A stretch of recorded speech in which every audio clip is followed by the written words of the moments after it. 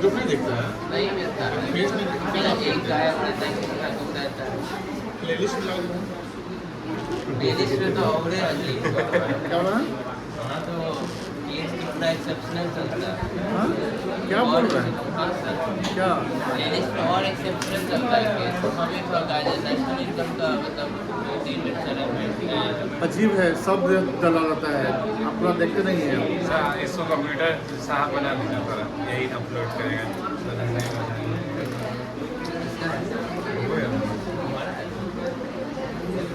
अर्पिता, ए पीछे केशव और सौम्यम, शांति।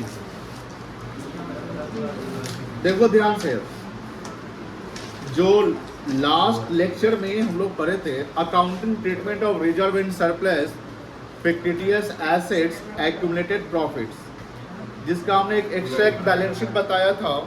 ये एक्सट्रैक्ट बैलेंस शीट है जहाँ पर लाइब्रेरी साइड में रिजर्व वगैरह है, एक एपीएफ बताया था और इधर फिक्टिटियस एसेट्स है। हमने इसमें क्या बताया था कि सर ये अगर आइटम्स होते हैं, फर्म का रिकॉन्स्टिट्यूशन होता है, फर्म का क्या होता है, रिकॉन्स्टिट्यूशन होता है, तो एट दैट टाइम इसको हम पार्टनर्स के बीच में डिस्ट्रीब्यूट कर देंगे, राइट ऑफ कर देंगे। पार्टनर्स के बीच में डिस्ट्रीब्यूट या राइट ऑफ का मतलब ये आगे जो बैलेंस शीट है उसमें नहीं दिखने वाला है, और ये पार्टनर्स कैपिटल में एडजस्ट हो रहा है, यानी किसी का सबका कैपिटल या तो बढ़ जाएगा या कैपिटल क्या हो जाएगा, घट जाएगा। अगर क्रेडिट बैलेंस है तो कैपिटल बढ़ जाएगा, मतलब ये जो आइटम्स है ये न्यूट्रलाइज हो जाएगा और ये कहाँ चला जाएगा, पार्टनर्स के कैपिटल में।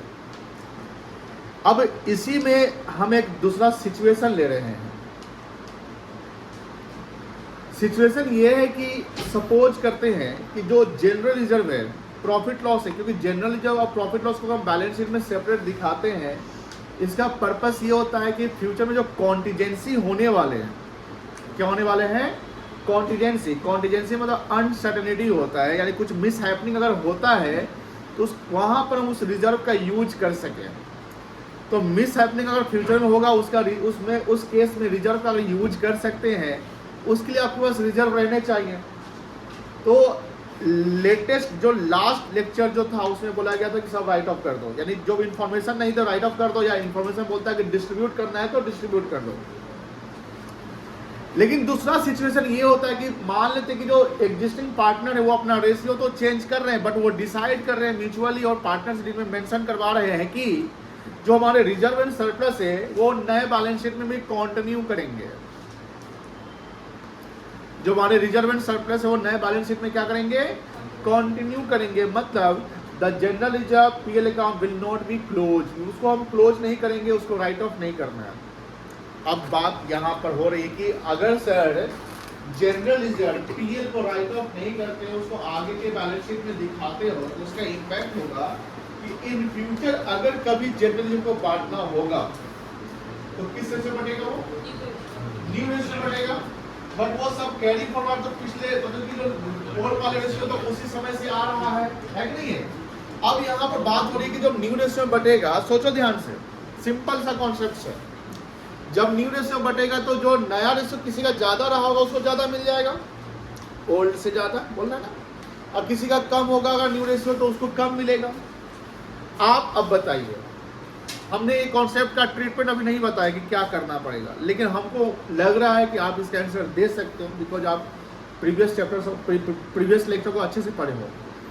अगर general reserve, PL account, accumulated profit या कोई फिक्टिटियस एसेट्स को पार्टनर डिसाइड करते हैं कि हमको बैलेंस शीट में कैरी फॉरवर्ड करना है, यानी राइट ऑफ नहीं करना है, जो नया बैलेंस शीट है उसमें दिखाना है, not to close the books of accounts of the GR, उस केस में क्या करना चाहिए, क्या करेंगे, इसका इम्पैक्ट कहाँ पर डालेंगे और किस रेशियो में क्या करेंगे। आप बोल रहे गेनिंग सैक्रिफाइस में ही करेंगे, और कोई एक बच्चा बोल रहा है, और कोई तन्नो क्या बोले, कैरी फॉरवर्ड तो उसका कोई ना कहीं इम्पैक्ट डालेंगे ना, उसका कोई अकाउंटिंग करेंगे कि नहीं करेंगे। अगर पुराने आइटम को नए बैलेंस शीट दिखाना है जीआर को, तो क्या उसका कोई अकाउंटिंग होगा कि नहीं होगा। सर रिपीटिंग कीजिएगा, क्वेश्चन क्या था,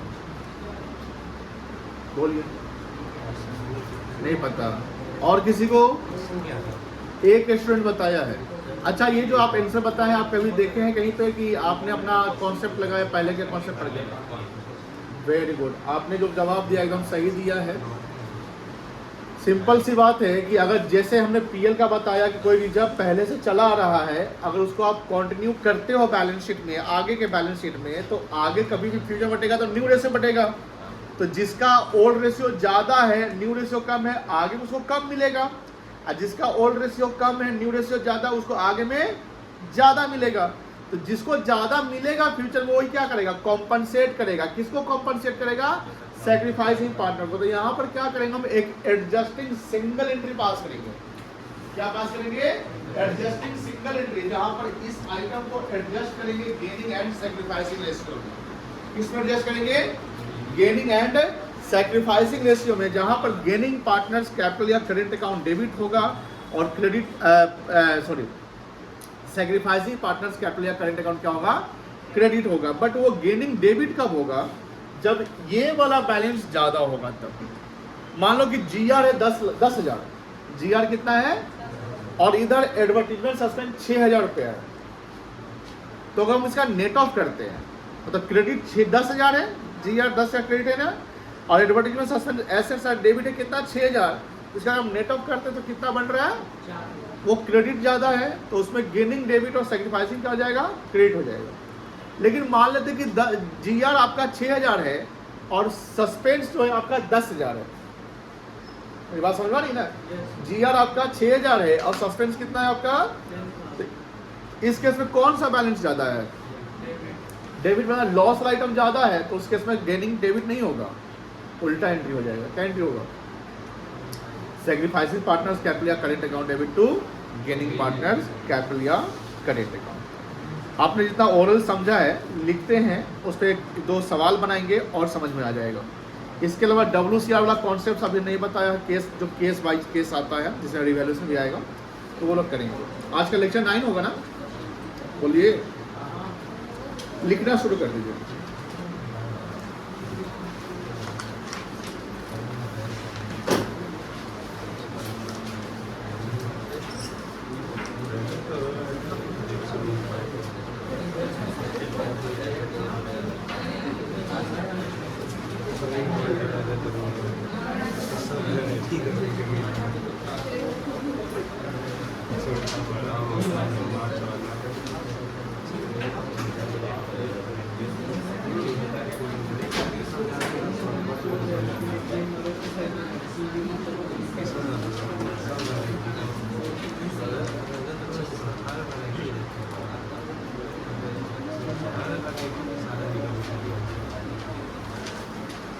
बात कर रहे हो, लिख नहीं रहे हो तुम लोग।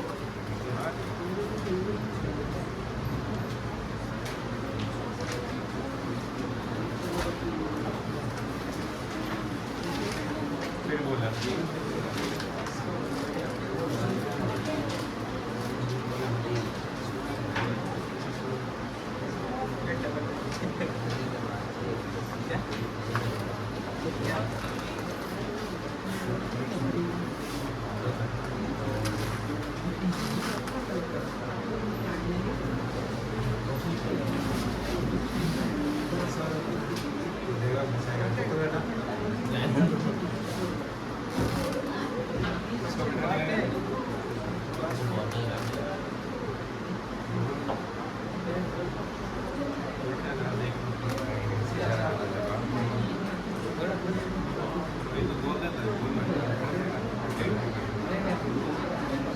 राशि कहाँ है जी?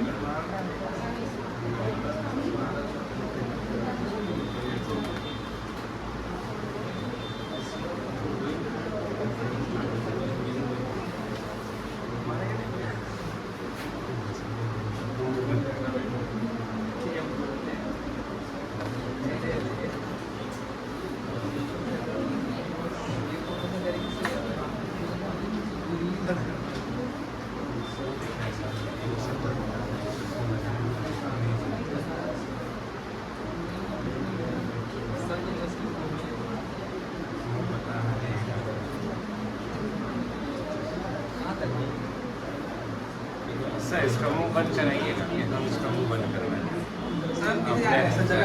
देखो वहाँ पे कुछ नहीं, आराम से बैठो, खाइए।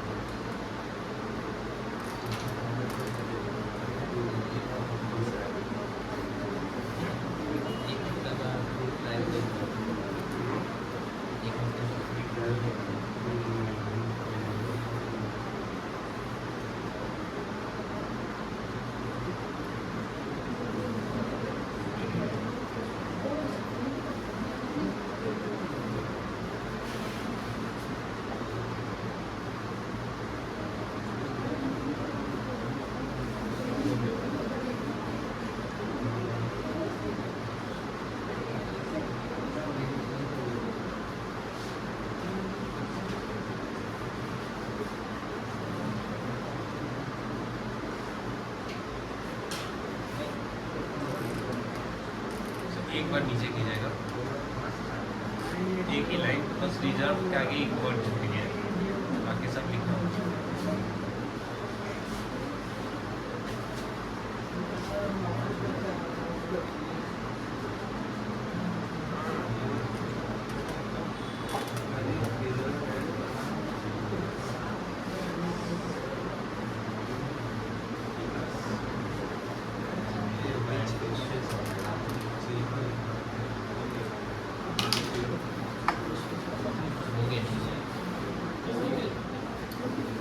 When a language, ध्यान रखिए आप, अकाउंट्स का क्लास है ना,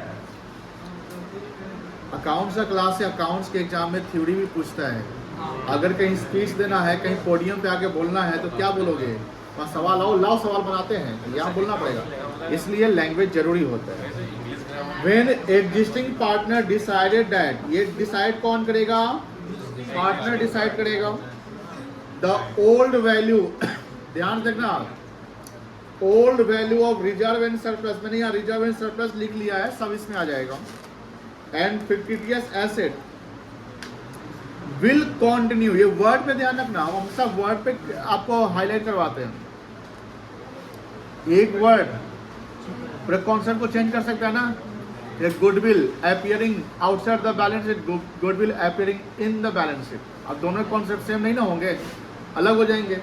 तो यहाँ बोल रहा है कि जो पार्टनर है डिसाइड करेंगे कि old value of reserve and surplus and fictitious assets will continue in the new balance sheet, मतलब कि हमें इसको राइट ऑफ नहीं करना है, इसको नए बैलेंस शीट में शो करना है।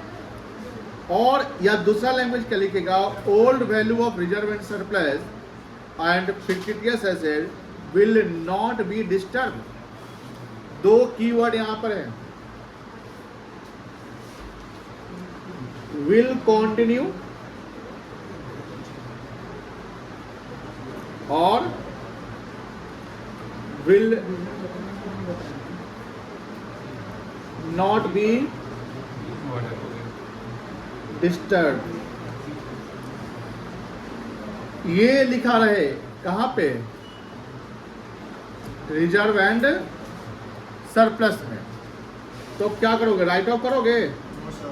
नहीं करोगे। क्या करोगे? G/S मतलब गेनिंग और सेक्रीफाइसिंग में ADJ कर देना। क्या कर देना? ADJ मतलब एडजस्ट कर देना। अगर क्रेडिट बैलेंस है तो गेनिंग डेबिट होगा और सेक्रीफाइसिंग क्रेडिट होगा, और अगर डेबिट बैलेंस है तो सेक्रीफाइसिंग डेबिट और गेनिंग क्या हो जाएगा? क्रेडिट हो जाएगा। कोई दिक्कत नहीं है। इस पे एक हम सवाल करेंगे।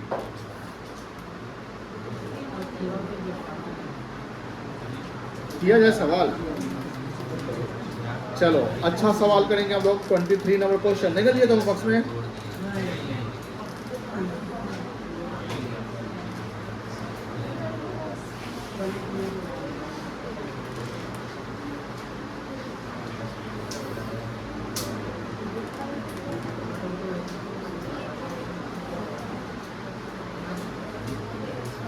मैं अमित का फोन जमा कर लेने के लिए कब तक करना था? फोकस करने पर है मेरे भाई। हाँ?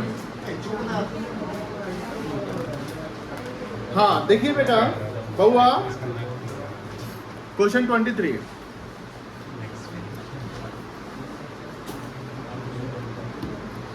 XYZ sharing profit and loss in the ratio of 5:3:2। कौन सा रेशियो है ये?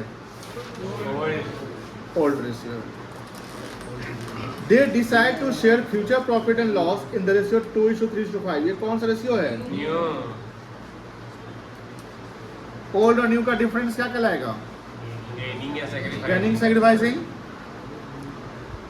With effect from 1st April 25। अब यहाँ से देखो, they also decided to record the effect of the following: accumulated profits, losses, reserves without affecting their book value। Without affecting their, इसका मतलब क्या होगा? कि जो ये जो आइटम्स दिख रहा है इसके बुक वैल्यू को अफेक्ट नहीं करना है। इसका मतलब भी क्या है? सेम ही ना है। विदाउट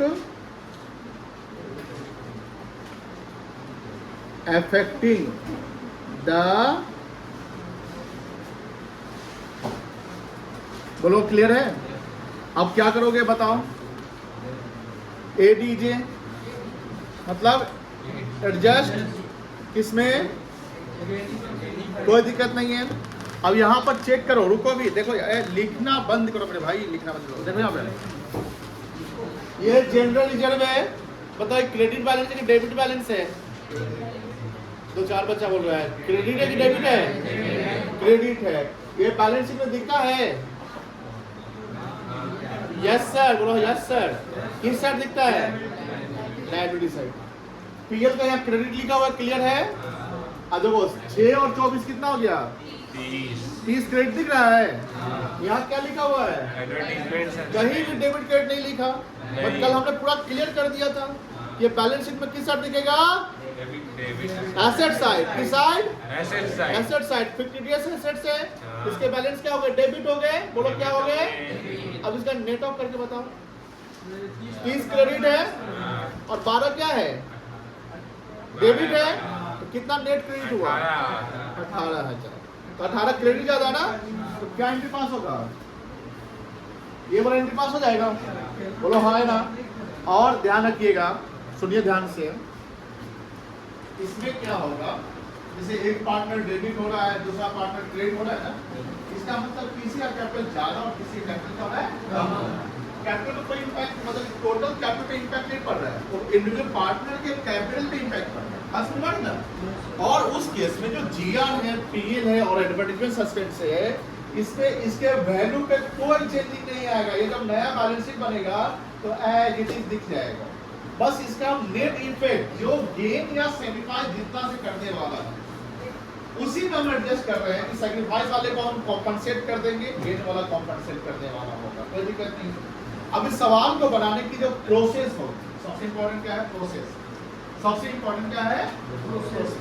उस प्रोसेस का पहला स्टेप क्या होगा? पहले कहाँ शुरुआत करेंगे? पहले क्या करना पड़ेगा? पहला स्टेप वर्किंग नोट करोगे। वर्किंग नोट में गेनिंग एंड सैक्रिफाइसिंग रेशियो निकालोगे। पहला स्टेप हो गया, वो हाँ या दूसरा स्टेप में क्या करोगे? ये जो चीजें हैं इसको एडजस्ट करके शो कर देना है। 6000 प्लस 24000 30,000 माइनस 12,000 कितना आ गया? 18,000। उसके लेफ्ट साइड लिखना है क्रेडिट बैलेंस 18,000। क्या लिखोगे? Credit balance 18,000। सेकंड स्टेप हो गया वर्किंग का। थर्ड स्टेप में आप एंट्री पास करो। थर्ड स्टेप में क्या करो? जो गिफ्ट का उसको डेबिट कर दो, जो सैक्रिफाइस कर दिया वो, और 18,000 रुपए का एंट्री पास होगा। कितने का एंट्री पास? सॉरी 18,000 रुपए को एडजस्ट करके एंट्री पास होगा। समझ में आ गया ना? सवालों की 1/6 आता है गेनिंग सैक्रिफाइस, तो 18,000 into 1/6। कोई दिक्कत? बनाया जाए? चलिए, जिससे बन सकता है बनाइए, जिससे नहीं बन सकता है हमको फॉलो करिए।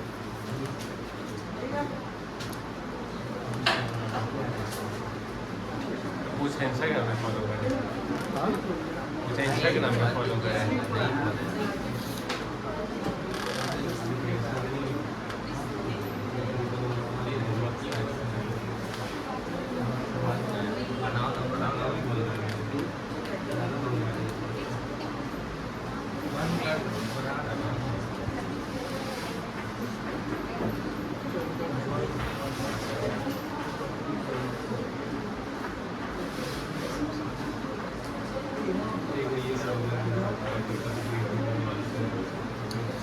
वर्किंग प्रेजेंटेशन बहुत जरूरी है, ध्यान रखना, ठीक है?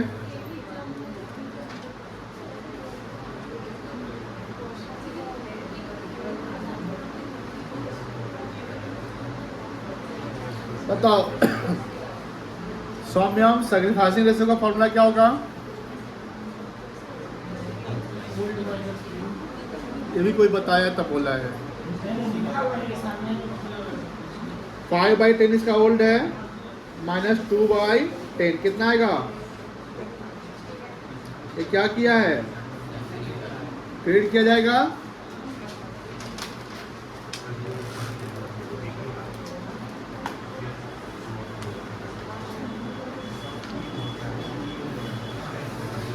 ये क्या किया?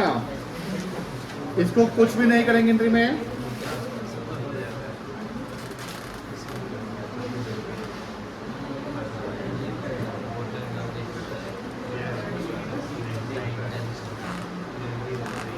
ये क्या कर गया? क्या करेंगे इसको? डेबिट।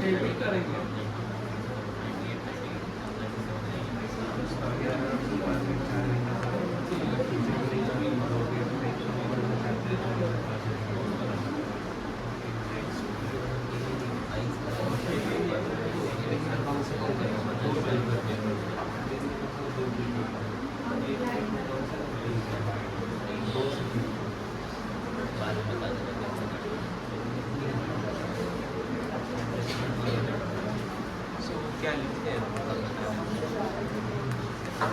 जब समझाएंगे तो सब लोग इसे फिर से समझा दीजिए। नहीं सर, नहीं हाँ? कहेंगे, एक बार में नहीं कहेंगे। क्या नहीं सुधरता है? इतना तो हर धीरे धीरे बात कर रहे हैं। पीछे चल जाओ, बैठ ऑफिस बैठ के बात कर जाओ। कितना GR कितना था?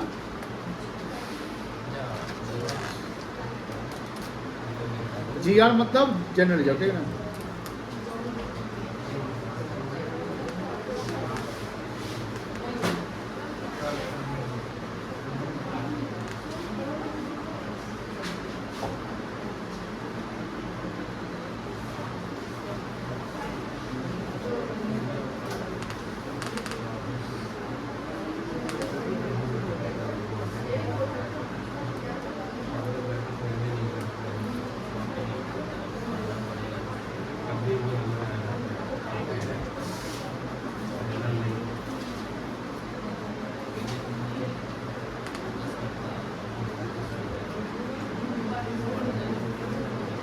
चलो, डेबिट कौन होगा?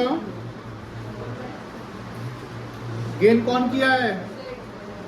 तो एंट्री होगा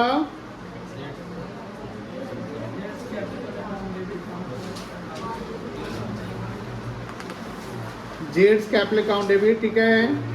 टू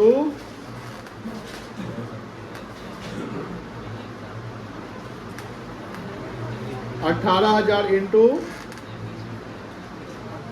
3/10 कितना आएगा?